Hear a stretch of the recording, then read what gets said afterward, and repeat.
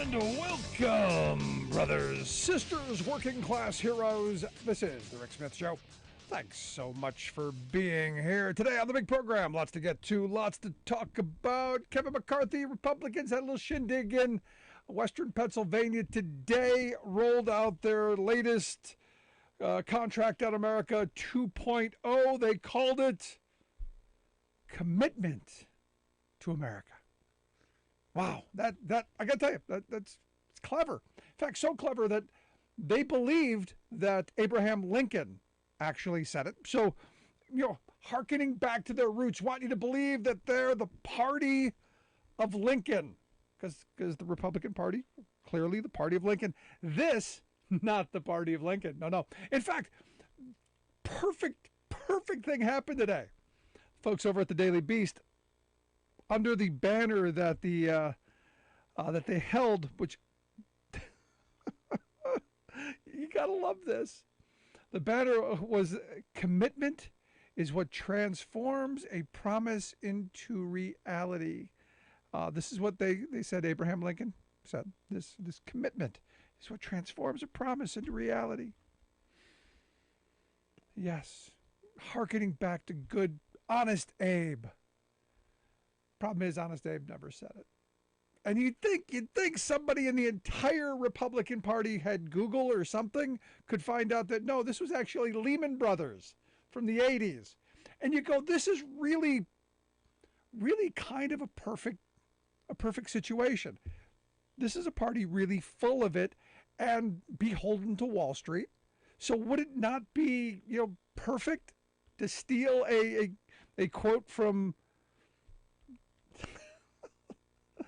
freaking Lehman Brothers, who almost brought this country to its knees, and then attribute that quote to Honest Abe without any sense of irony. Now, the Commitment to America is basically just a ripoff of Newt Gingrich's Contract on America, or To America, I'm sorry. It really was a contract on. Now, Gingrich actually had a set of policy proposals with legislative goals and a way to go forward. And you could argue that it was good policy, it was bad policy.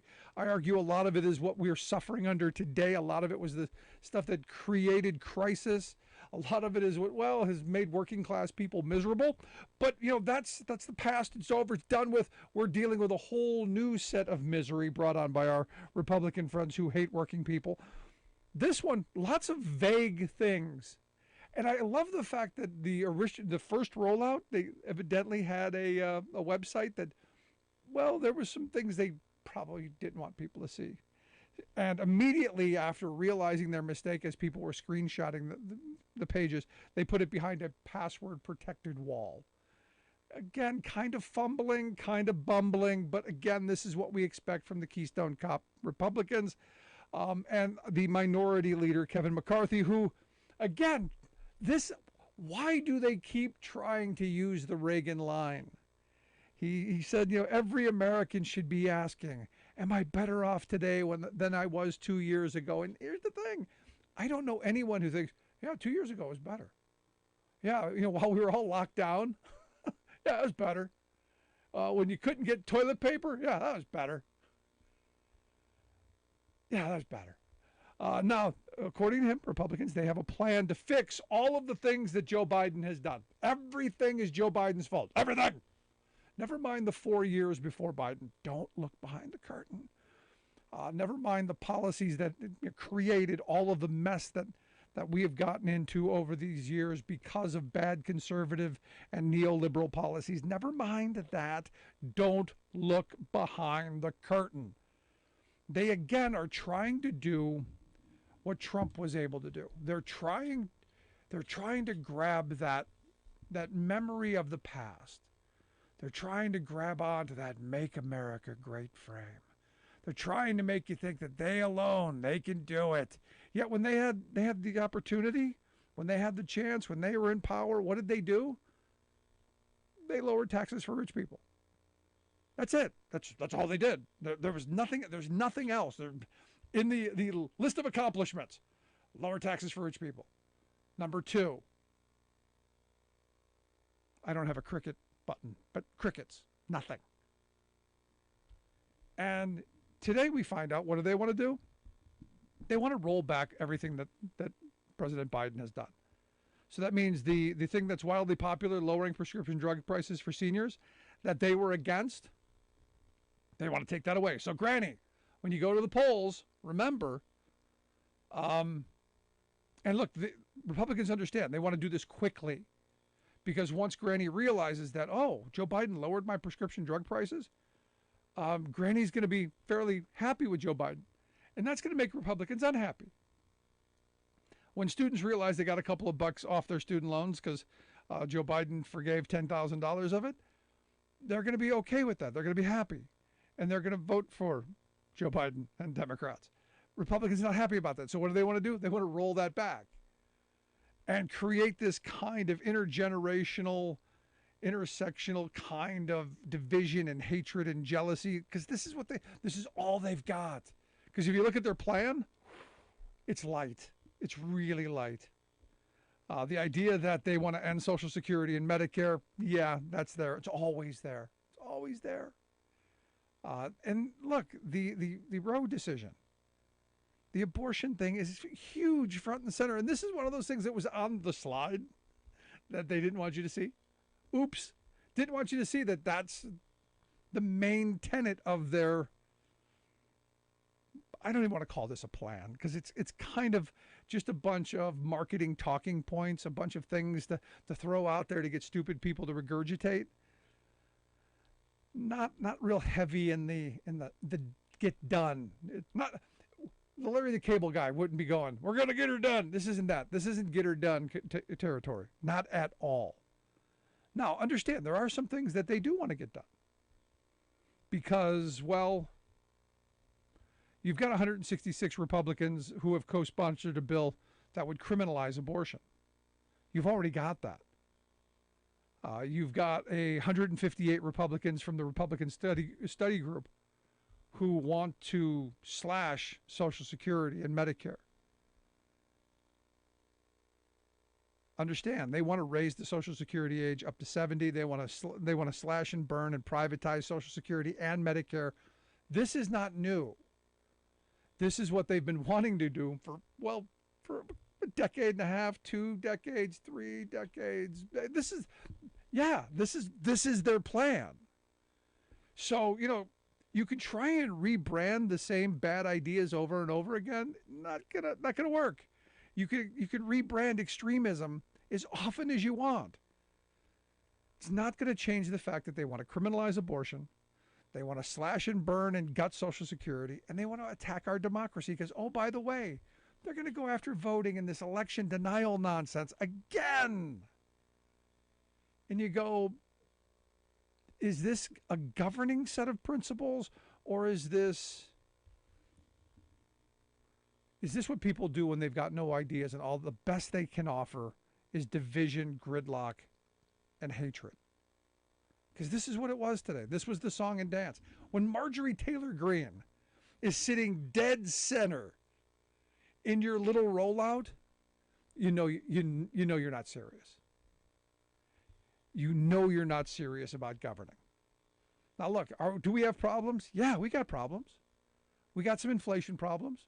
But Joe Biden didn't do that. There's no switch in the White House where Joe Biden sat down behind the Resolute desk and said, you know what?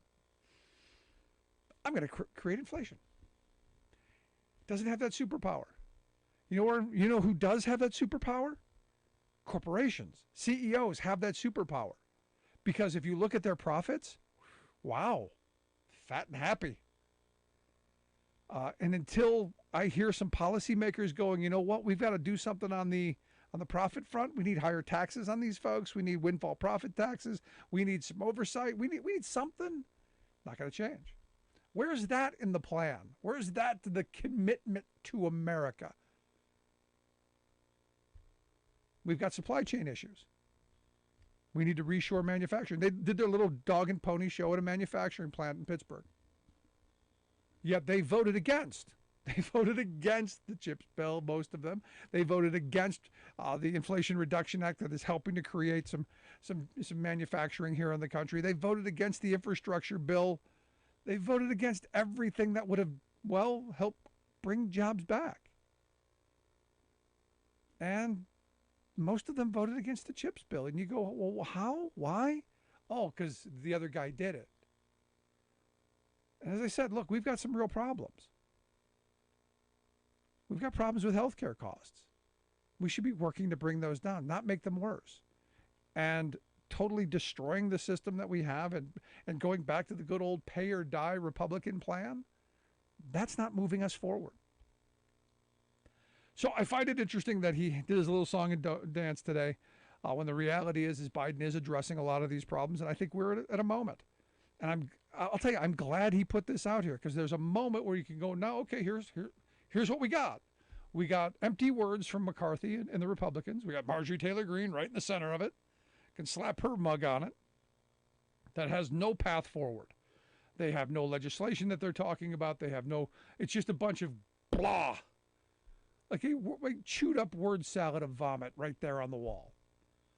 Nothing.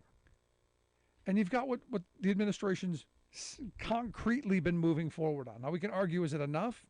I say it's not, because we've got a Republican Party hell bent on no. So this is why this election matters.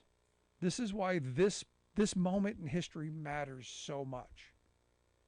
Because we're on a path that I think is going to move us back towards being self-sufficient, reshoring manufacturing, helping working class folks do better, believing in strong unions. And oh, by the way, did you hear anything about that in the McCarthy little song and dance and pony show? No. Because here's the thing. You know what built the fabulous 50s and 60s?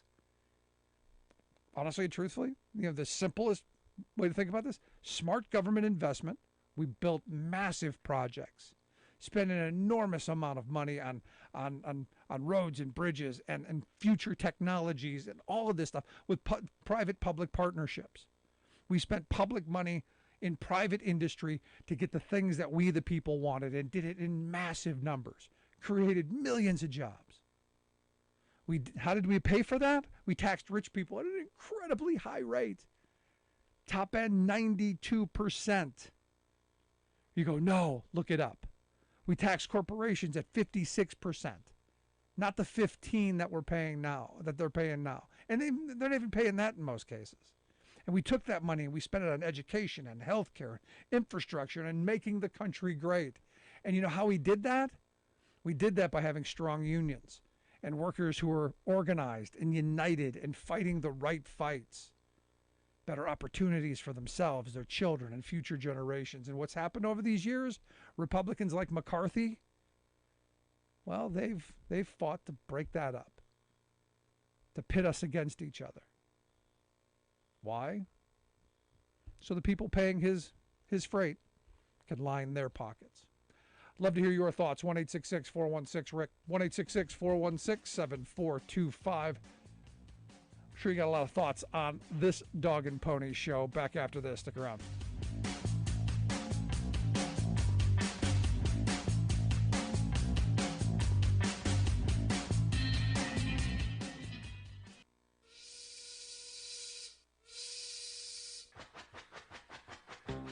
If you're a fan of the show, you've heard our labor history in 2 segments, and you can hear them on the radio pretty much anywhere in the U.S. Labor history has never been more important than it is right now. So here's what we'd like you to do. Tell a teacher. Tell a teacher that labor history is important and that they can get digestible 2-minute lessons that are absolutely free. Free to download, free to use, free to share. Tell a teacher to go to thericksmithshow.com/history and help us put labor back where it belongs, in the classroom. You know, generations of American workers fought, bled, and died to build the American way of life. It's our job to keep their stories alive. Go tell a teacher that we're here to help them do just that.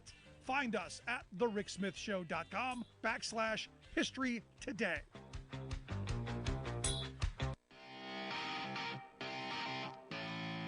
Welcome back to the Rick Smith Show. Now, here is Rick Smith. So this is like the most Trump thing ever. Yesterday we talked about this Ohio Congress candidate, J.R. Majewski. J.R. the story goes, JR said he did all of these incredible things while in Afghanistan. Didn't shower for like 40 days.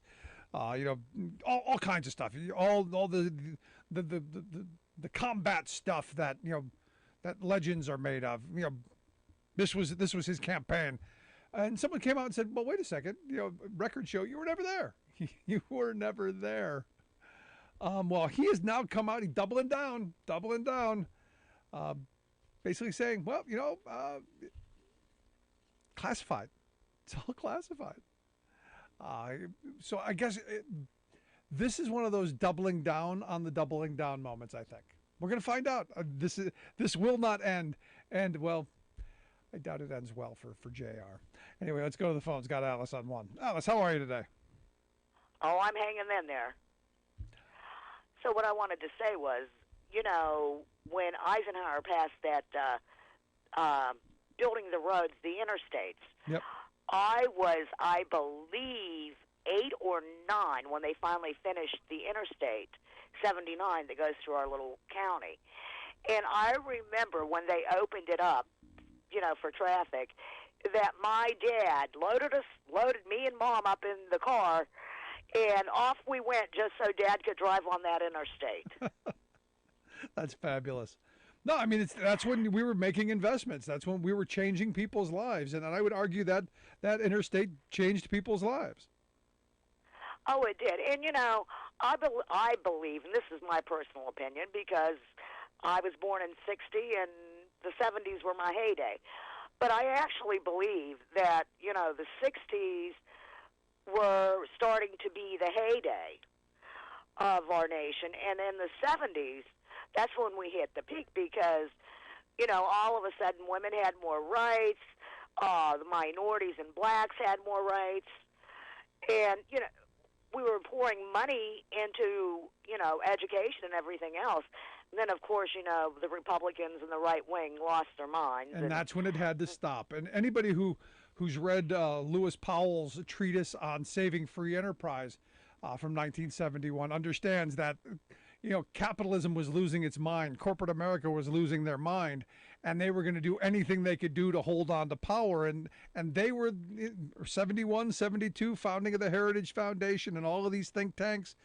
This was the beginning of the war on the working class and clawing back all of that prosperity that your parents and my grandparents were able to put in their pocket through their work and their labor. Oh, I agree. And, you sit there and you try to explain to people that are not the same age or don't seem to have the same, what do I want to say, cultural knowledge, and they just look at you, and you're trying to explain to them, no, we had all this money and we were pouring it into the economy and education and infrastructure, and and they just look at you, they can't believe it. That's why it's why you got to remind them. You got to keep pointing it out and keep telling the stories. That's it. Well, you have a good evening, Rick. Thank you, Alice. Appreciate it. Which is why, again, we're going to be taking our working class heroes tour on the road the month of October as we travel across Ohio, Pennsylvania, into Michigan, Wisconsin, and Iowa, and telling those stories. Because look, there are hundreds of stories like that out there. The reality is the 60s into the 50s, 60s into the 70s, that was the height and the power of the working class. And that's because we had strong labor unions to demand it. We had high taxation on the very wealthy. And they spent that money on, because they didn't pay it to the government always. They invested it in businesses. They invested it in hospitals and schools and all kinds of things. Now they're just hoarding it. Think stock buybacks. So here's election time's coming. In a talking about the commitment to America. One of the things that they want to do is election security.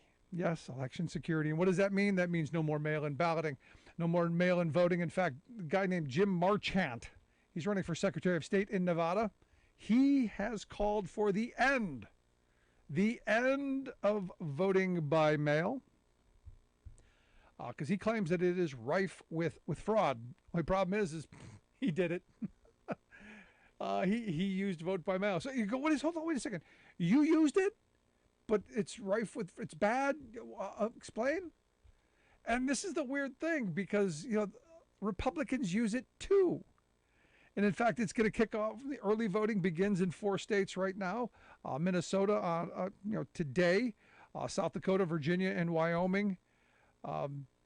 In the 6-week sprint to Election Day, all of that's going to begin. And what you had is, I saw this clip online of this guy, Matt Shea. He's a Washington State representative. He's also the senior pastor of On Fire Ministries. Going, I don't know, is that On Fire? That's the other place, isn't it? Never mind. But he goes on this kind of prayer, kind of preachy kind of thing about how mail-in ballots are bad, and how everyone, thank goodness everyone has seen the 2000 Mule movie that's been debunked by like everybody.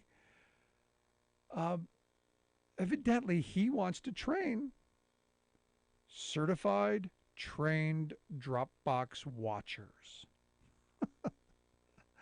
They want surveillance. They want armed patrols. They want to intimidate voters. But you have these groups out there, like in Arizona, for instance, the Lions of Liberty. You got to love the names they come up. I wonder if they sit home at night, 3 o'clock in the morning, because probably none of them have girlfriends, they're alone in their underwear or their boxers, just kind of, thinking up, these kind of names. Anyway, they're going to have Operation Dropbox, where they're going to go sit and watch Dropboxes. There's a fun Saturday night. Come on, Bubba, let's go on down to the Dropbox. Let's bring the never mind. And evidently, you've got a local sheriff who's being supportive, and that's going to make this much more difficult for voting folks. And also in Michigan, of course, you've got a combination of the T-Twizzlers, the COVID deniers, and the Militigan folks all coming together because they want to have, I think it was something like 5,000 of these. Don't forget the LaRouche people. All these folks coming out to watch those boxes. Again, none of them can get girlfriends, so I guess the only box they can watch is a mail-in box. So there's that. Now the thing is the only fraud we keep finding, the weird part of this, is coming from them. And understand, I'm hoping, and this is where we've got to, in these states, you've got to ramp up protection of voting. And this is where on the federal level, time to start maybe calling out the National Guard. Because this level of organized intimidation, this kind of organized harassment is going to get violent. And there's going to need to be someone to protect the rights of voting Americans. Just my thoughts. I'd love to hear yours. 1-866-416-RICK, 1-866-416-7425. This is The Rick Smith Show.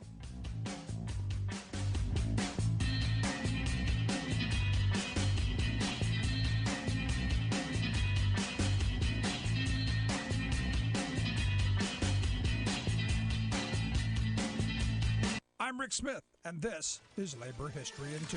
On this day in labor history, the year was 1932. That was the day the Progressive Miners of America wrapped up their founding convention in Gillespie, Illinois. Fed up with concessions and what they viewed as heavy-handed anti-democratic rule by United Mine Worker President John L. Lewis, Illinois miners met to break decisively. Area miners were active in radical politics, and many supported currents within the socialist and communist movements. That July, Lewis opened the contract and agreed to a 20% pay cut. Tens of thousands of miners were furious and threw up picket lines at mines throughout central and southern Illinois. In Franklin County, striking miners were assaulted, shot, and beaten by special deputies and strike-breaking thugs. Many miners thought Lewis had had a hand in the violence against them. 2 miners were killed and hundreds more injured. By September 1st, 273 delegates representing 40,000 miners resolved to break from the UMWA, form a new union and plan immediate negotiations with coal operators. They drafted a constitution emphasizing rank and file industrial democracy.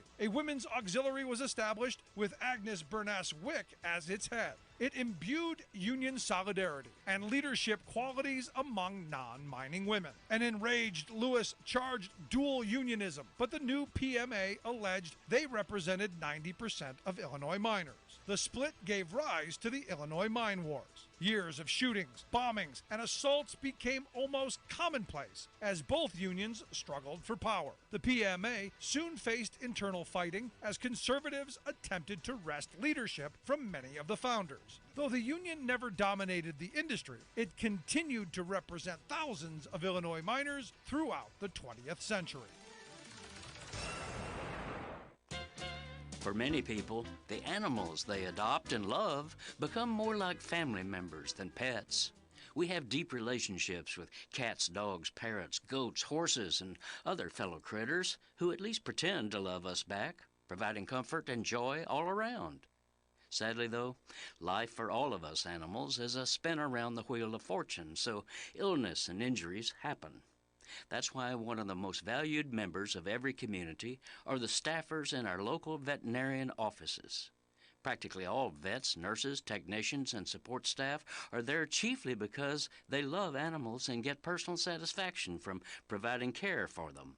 When I say they are there, I not only mean 9 to 5, but this group of independent health providers are committed to being there when needed, including off hours and days off, for animal misfortune and suffering don't go by clocks and calendars.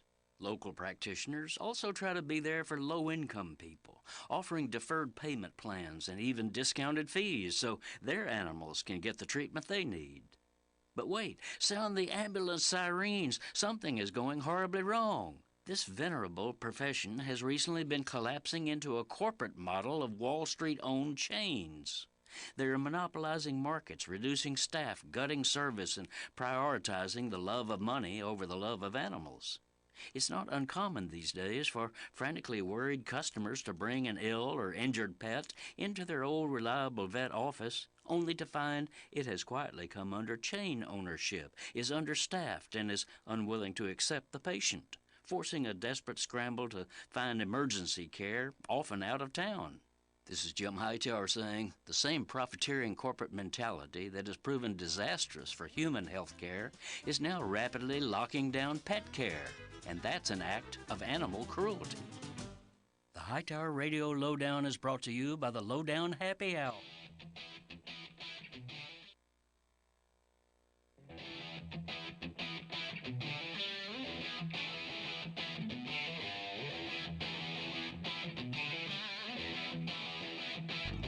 Welcome back to the Rick Smith Show. Now, here is Rick Smith. So it's Banned Book Week. Yep, Banned Book Week. In fact, my local library sent an email out to all of the folks like me with the title, looking for a new title to read, try a banned book. Stop by the library and take a look at our display and find the banned books. And look, this is one of those things, like when I was a kid, it was all the forbidden stuff that we went to. Maybe people will find these. And I'm just amazed that these folks who want to ban and censor everything, they haven't figured this out yet.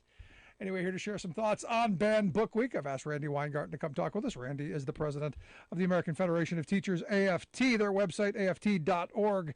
Randy, thanks for taking time for us. Of course. So it's always great to be with you. Thanks so much. It's Banned Book Week. It's Banned Book Week. We're now going to find all those books that, well, that they don't want us to read. You know, it's so, and as you just said, the fastest way you can get anybody to read something is when you tell them not to read it. So, you know, I don't, but in a real way, what the people who are trying to ban books are doing is they're actually taking away freedom. If you know, a parent has every right to, you know, have a conversation with their children and not want, you know, certain books in the house and things like that. They have every right to want to do that. That is a parent's right with his or her or their kids. But what they're trying to do is they're trying to stop everybody else from reading it. So this summer, there was a district that was trying to ban the Diary of Anne Frank.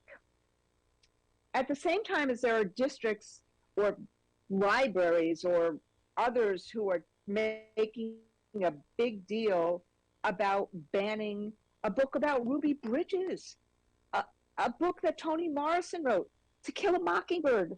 I mean, these are things that are being banned. So what is that about? Now, they turned around the district in Texas got so embarrassed, they let people read the book about Anne Frank. But let's just even think about Anne Frank and Ruby Bridges. Here's a Jewish girl and a black girl, both of whom facing real struggle and adversity. And the writers, in Anne Frank's case, her diary, telling that story. Why would anybody ban that book? That is about teaching others empathy. It's about people seeing themselves there. It's about struggle. And so Ban Book Week is about saying we need the freedom for everyone to have access to books. And you, those who are saying they believe in freedom, okay, believe in our freedom to make sure that kids and adults have access to great literature where you can see yourself, where you can think about things. That's what reading is. Yeah. Now, I find it interesting. There's a group out there, Moms for Liberty, and to use your freedom frame, they use that word liberty and freedom a lot. And I don't know that they know what it means, but this Moms for Liberty group, they're the ones that are really kind of pushing this. And I think it's more than just about the books. I think this is more about destroying public education and well, returning us to a really horrible negative period.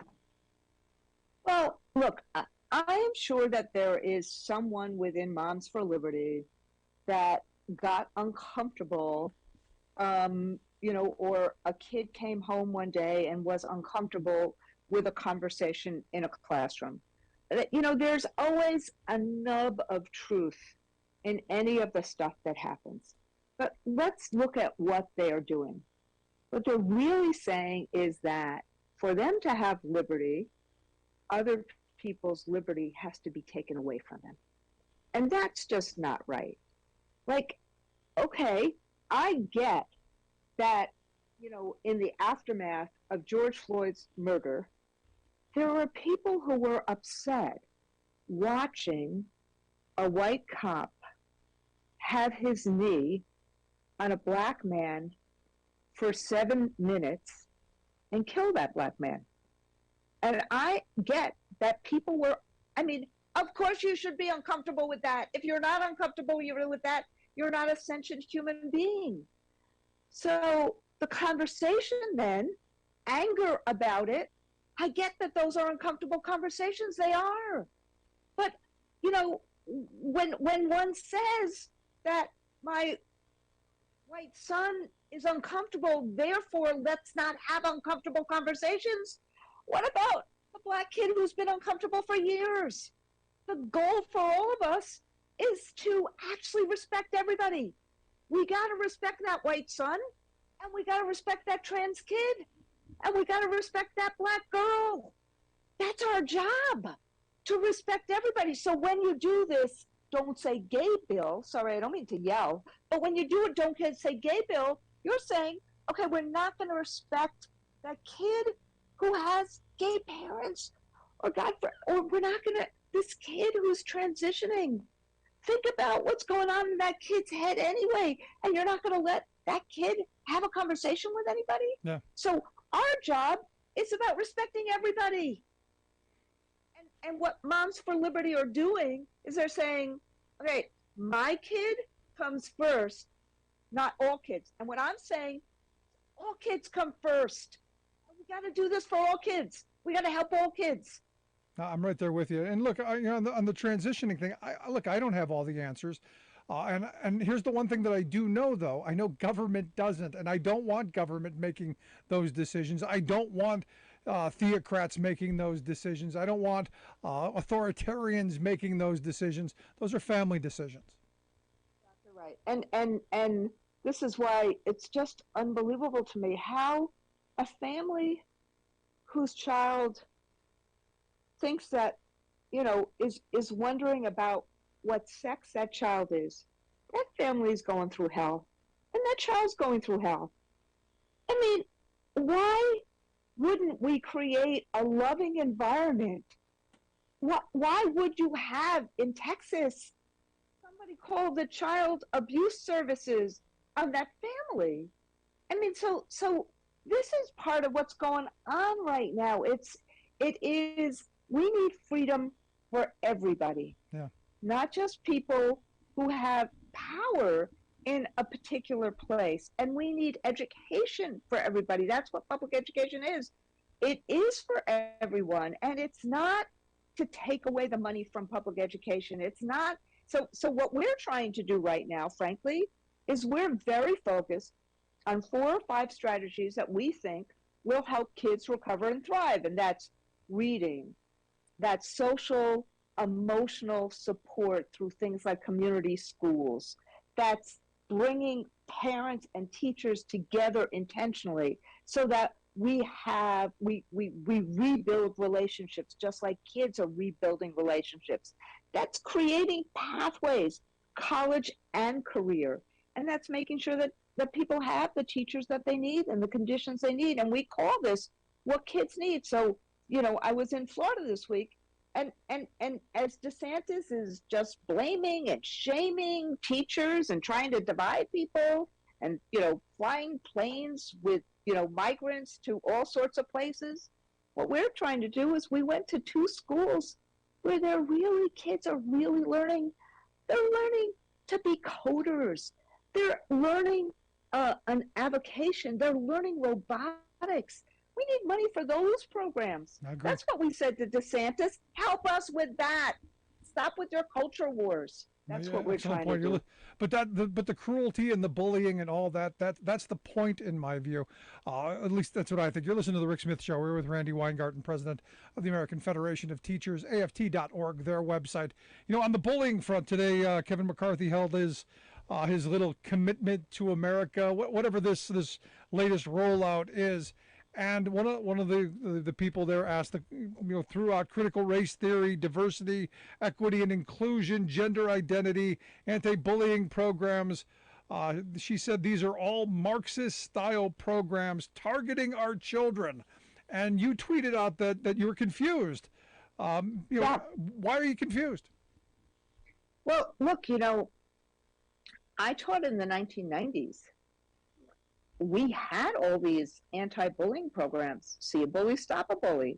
We try to create welcoming and safe environments. 1990s are the last century, by the way. But so when I read that and heard that comment, what it said to me was, okay, does this mean that every time I say to a child, hi, how are you? You're okay? What's going on in your life? Then I'm going to be called a socialist or a Marxist? Or if I or any other teacher stop a bullying situation in a hallway, we're going to be called a communist? I mean, it's crazy. It's like what they're doing is like, I would say that McCarthy's program is the Stop Empathy program, the Stop Caring program. I mean, we know how to teach honest history. And we also know how to make classrooms safe and welcoming for all kids. And that's what we're trying to do. So stop putting names on this stuff and stop calling teachers names. And let's teachers and parents work together to help our kids thrive. But I look at this, Randy, and a parent standing up and throwing this out there saying, critical race theory, diversity, equity, inclusion. Somehow these are bad things. I'm questioning what's in this parent's mind. Because, look, I want my kids to learn accurate history. In fact, back in 2015, we decided to take a civil rights tour where we went across the South, wherever this country treated black people. We went to find this out, and we found horrible things. And yes, my kids got to see this. They didn't do it, but what they learned is maybe we shouldn't allow this to continue, and maybe we can learn from history and do better. For me, that's why we learn. Or am I missing something? Well, what it really it seems to me with that string of names, without going through the fact that we actually don't teach critical race theory in primary or secondary school. It's a college and law school course, or theory to really try to understand systemic or structural racism. But that's aside the point. That's beside the point. When somebody strings together those concepts or terms, those are all kinds of ways of creating context and understanding and trying to make things more equal and trying to level the playing field and create opportunity for all and having a lived experience. So you don't want bullies to bully kids.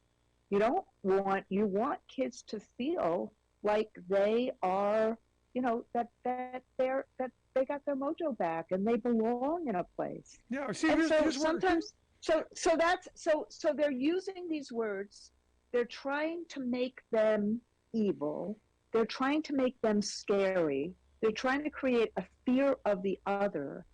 And by doing that, continue chaos and division and fear of the other at the very same time as we need to be in person in schools to rebuild relationships and to really see each other as human beings. yeah, see, this is where the divide is, and this is where I think the Kevin McCarthys of the world and my friends on the right who are wearing the red hats, they want that division, they want that cruelty, they want that focus on the other, because that's what rips us apart. And the more divided we are, well, the easier it is to fleece us and, well, continue down the path that we've been on for so long. Look, the more divided we are, it always happens. An America that's divided is not America that moves forward. A country that's divided doesn't move forward. And the more divided we are, the more there's the fear of the other, the more, the people who are still in power, like the rich. That's why it's funded by people like Betsy DeVos or Richard Uihlein. They want the world the way they want the world, as opposed to let everybody succeed. That's what America is. I mean, it's just, and no one accuses me of wearing rose-colored glasses. I'm not saying we don't have struggles, but one of the things we have to do is deeply respect each other. Yeah. And this kind of division is dehumanizing. It's degrading. It's creating fear. What it's supposed to do in schooling is we have to create respect for each other, not the fear of each other. No, I'm right there with you. But the sad reality is there are forces out there that want to keep us divided and pitted against each other. And as you pointed out, the wealthy like Betsy DeVos and others want that so they can continue to fleece us, which is why I'm so thrilled to see what's going on in this country. We're seeing workers organizing like none other in my lifetime. In fact, you've got some nurses in Connecticut who are on strike right now, and nurses across this country have said, we're not going to take the kind of nonsense we've taken, and we want better wages, hours, conditions, and I hope we see more of that, to be honest. Yeah, I mean, I think so. Today Gallup put out, I think, another poll that showed 71% of Americans favor unions, the highest number in 57 years. Why? Because what do unions do? They help create for the people who are in unions a path to the middle class, a path to, let's go back to freedom, to economic freedom, to empowerment, to be able to feed your family, fend for your family, not worry about anything else. It's freedom. But most of us don't have it alone. So what happens with this nurse strike that my members are on in Windham, Connecticut? The boss has more money than God. Or I think the boss has more money than God. God would have to tell us that. But it's Hartford Health. They got a lot of money from the federal government during COVID, and they can't give the nurses a decent raise. These nurses had mandatory overtime. They worked really hard. There was a sign yesterday at the picket line of an older gentleman with a green sign pointing to a nurse that said, "She saved my life." And this employer can't change its position at bargaining since June. So they're on strike. And today, the mayor was there. Other unions were there. The congressman was there. The senator was there. Other people from the lieutenant governor was there. Because together, we can change things. And that's what these nurses are showing. And that's why people want unions, because they want a better life for themselves and their families. So instead of the grievance, the fear of the other, what people are doing by joining unions is saying, okay, let's have our piece of the economic pie. And for me, the unions is the place where we take on bullies, where we take on crummy bosses, and where we come together. And I'm thrilled to see more of us doing that. But Randy, I appreciate the time. As always, great talk with you. Keep up the fight. Keep up the great work. I look forward to having you back again real soon. You too, Rick. Thank you. Good stuff. Our good friend Randy Weingarten. Make sure you check out their website, aft.org. We'll get links out on social media how you can do that. Quick break. Right back. Stick around. You're listening to The Rick Smith Show. We're working people. Come to talk.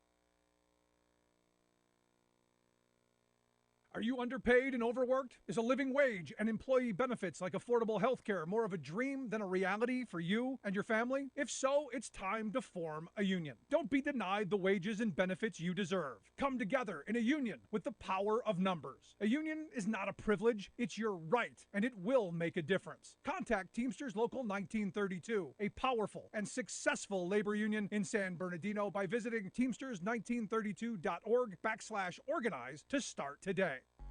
Located in the heart of San Bernardino, California, the Teamsters Local 1932 Training Center is designed to train workers for high-demand, good-paying jobs in various industries throughout the Inland Empire. If you want a pathway to a high-paying job and the respect that comes with a union contract, visit 1932trainingcenter.org to enroll today. That's 1932trainingcenter.org.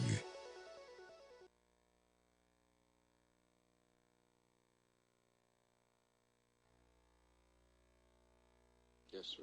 Plastics. New initiative takes on plastics and the petrochemical industry. Plus, If we want to beat China, pass the Kigali Treaty. U.S. Senate approves the first climate treaty in decades. All of those stories and more straight ahead from BradBlog.com. I'm Brad Friedman. And I'm Desi Doyen. Stand by for 6 minutes of independent green news, politics, analysis, and snarky comment. We have a rendezvous with climate disasters. This is your Green News Report. Okay, Desi Doyen, it is Climate Week in New York City as the UN General Assembly meets. Are we finally going to solve this whole climate change thing this week? Not this week. Oh. But I will say, as we go to air, Hurricane Fiona is barreling toward the island of Bermuda as a strong Category 4 hurricane. Not good. And in Puerto Rico, nearly 800,000 households still have no power or clean water after Hurricane Fiona wiped out the island's fragile electric grid, meaning no electricity to run water treatment systems or pump water into homes. Meaning that's for more than 800,000 people. That's well over A couple million at this point. Yep.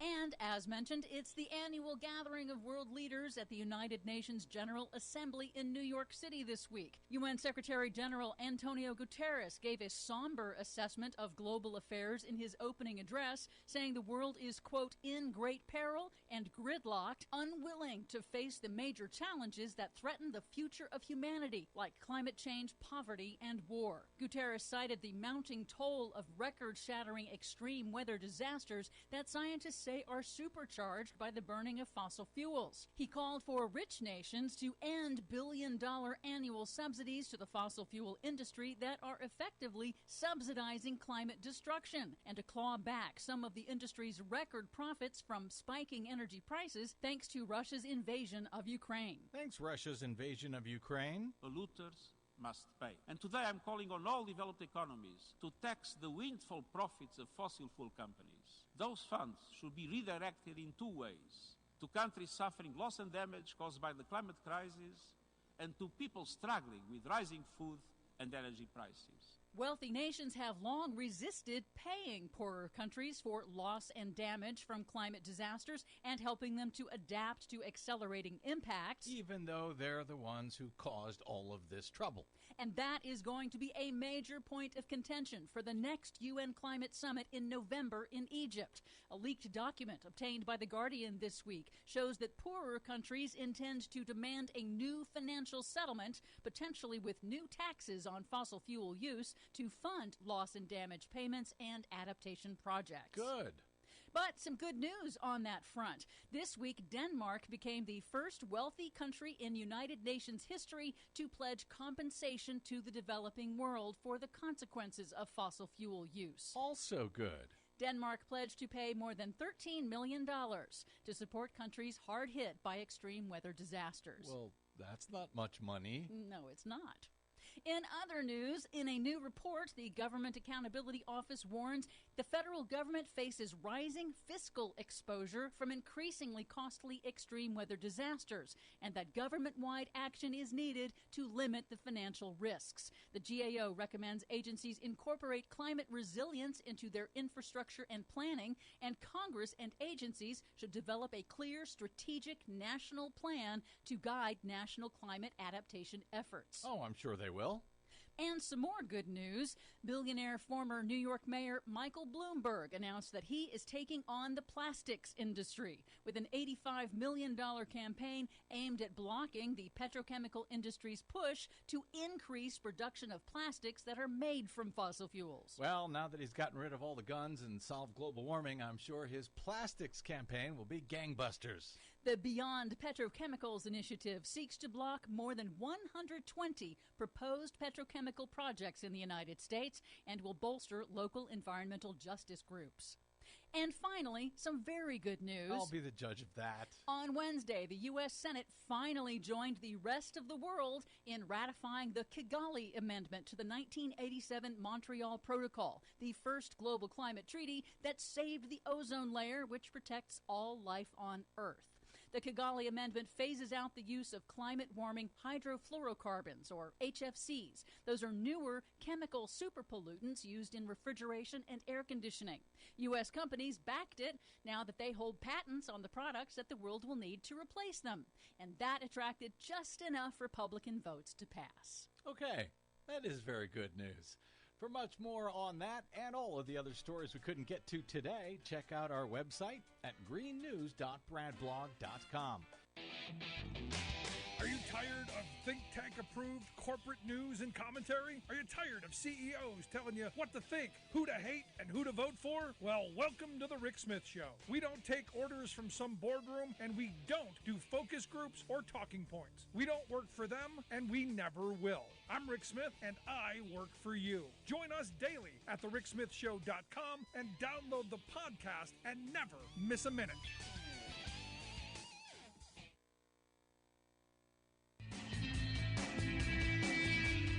Welcome back to the Rick Smith Show. Now, here is Rick Smith. Still got time to partake in Banned Book Week in my local public library. Good on them. The good folks at Bosler Library are celebrating Banned Book Week from the American Library Association. All of your favorites, all of your favorite banned books right there, able for you to, find out what all the craziness is about. And this is the thing. The people who are pushing these book bans, were they never kids? I mean, the reality is most of these books, nobody knew were on the shelves to begin with until they said, we want to ban these. Now everyone's going to go run. You're on board KCAA's Inland Talk Express.